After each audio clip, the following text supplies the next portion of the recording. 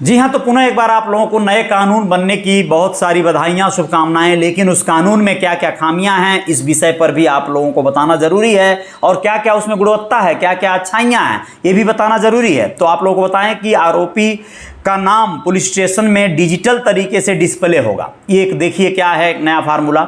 BNSS की धारा 37 में प्रावधान है कि हर पुलिस स्टेशन और जिले में एक नॉमिनेटेड पुलिस अफसर होगा। यह अफसर गिरफ्तार किए हुए आरोपी का नाम, पता और उसके खिलाफ लगाए गए अपराध की जानकारी रखने के लिए जिम्मेदार होगा। वह यह भी सुनिश्चित करेगा कि यह जानकारी हर पुलिस स्टेशन और जिला मुख्यालय में डिजिटल मोड सहित किसी भी तरीके से प्रमुखता से डिस्प्ले की जाए। जैसे आप लोग देखे होंगे रेलवे स्टेशन पर ट्रेनों का नाम, नंबर डिस्प्ले होता है, वैसे ही डिस्प्ले लगाया जाए। उस पर अपराधी का नाम, पता और उसका गुनाह जो है बताते रहने वाली धारा चलती रहे।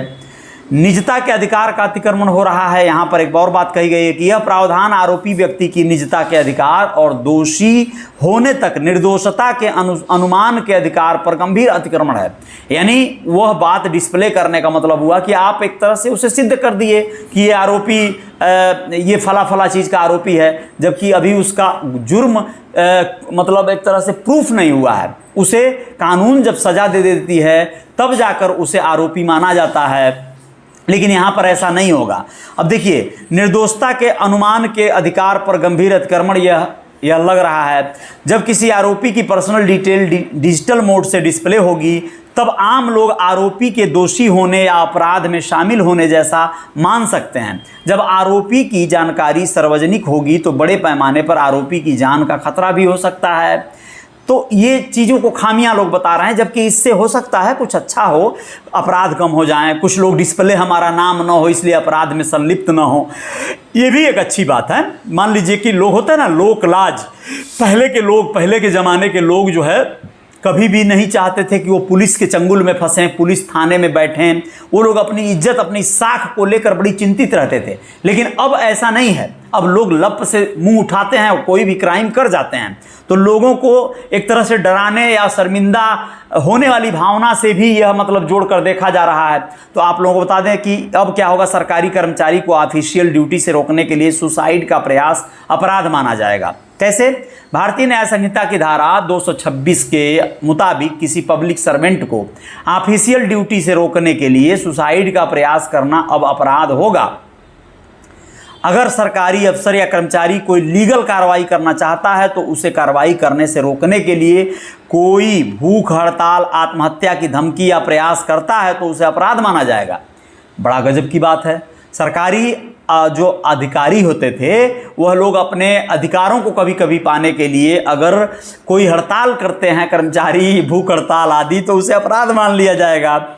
यहाँ पर देखिए क्या है ये, इसमें 1 साल की सज़ा और जुर्माना का दोनों का प्रावधान हो सकता है। अब होगा क्या कि भूख हड़ताल नहीं कर पाएंगे आप।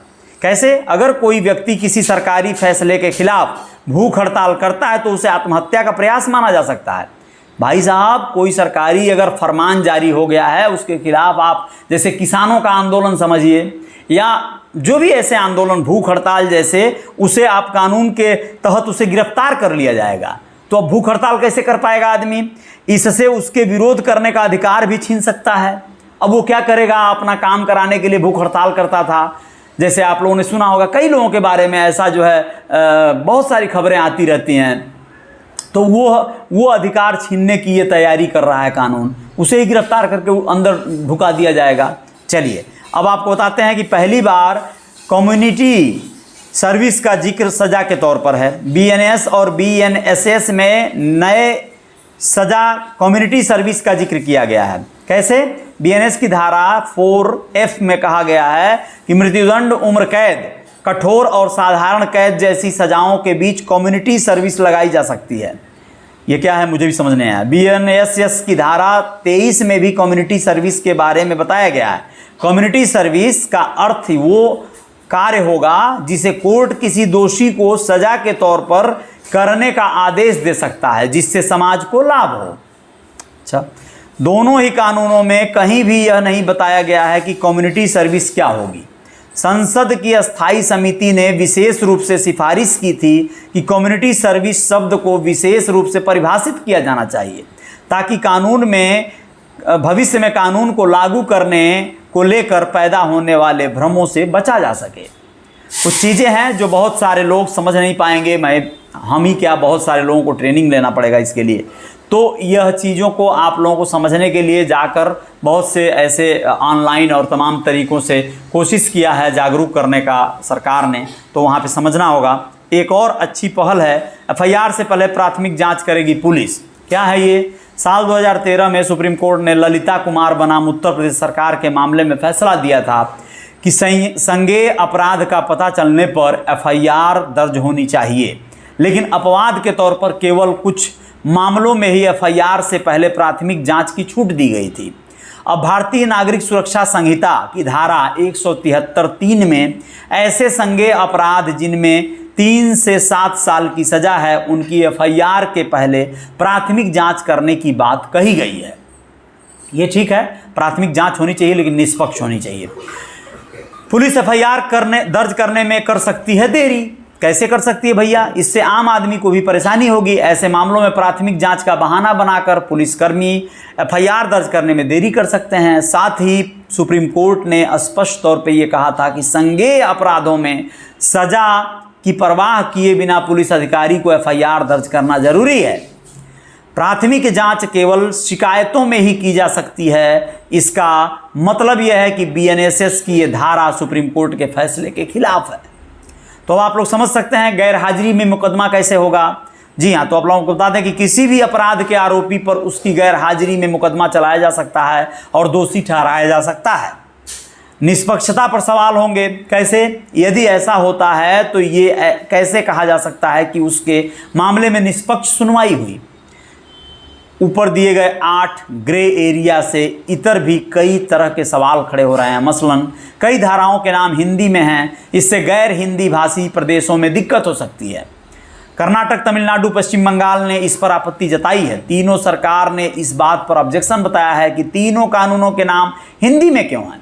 कर्नाटक सरकार ने केंद्र से कहा है कि आर्टिकल 348 के अनुसार संसद में जो विधेयक कानून के लिए पेश होगा वह अंग्रेजी में भी होना चाहिए। द ऑफिशियल लैंग्वेज एक्ट 1963 कहता है कि जिस राज्य की भाषा हिंदी नहीं है उसका संवाद अंग्रेजी में होगा। पश्चिम बंगाल और तमिलनाडु के मुख्यमंत्री ने सरकार से मांग की थी कि इसे अभी लागू न किया जाए।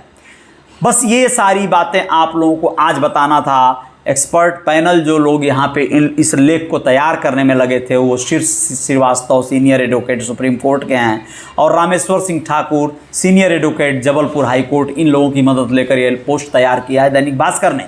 जय जयकार जारी रहेगी। इस खबर से आपको क्या कुछ मिला, इस पर ज़रूर आप लोग अपनी राय रखिएगा। कमेंट सेक्शन खुला रहेगा आप लोगों के लिए, और भी हम तमाम तरह की खबरें लेकर आते रहते हैं। हमारे वेबसाइट www.realreporternews.in पर जाकर आप और भी खबरों को पढ़ सकते हैं। बाकी हमें इंस्टाग्राम पर भी ज्वाइन कर सकते हैं। आप हमारे तमाम ऐसे जो पेज पर हैं तो फॉलो करते हैं आप लोग, शुक्रिया नहीं करते हैं तो कर लीजिएगा। आप हमें यूट्यूब पर देख रहे हैं तो कृपया चैनल को सब्सक्राइब करना और उसके बेल आइकन को प्रेस करके ऑल वाला बटन दबा दीजिएगा, जिससे कि आपको हमारी कुछ नोटिफिकेशन समय से मिल जाया करे। बहुत बहुत धन्यवाद, नमस्कार, शुक्रिया, आभार। जय हिंद, जय भारत, लव यू इंडिया।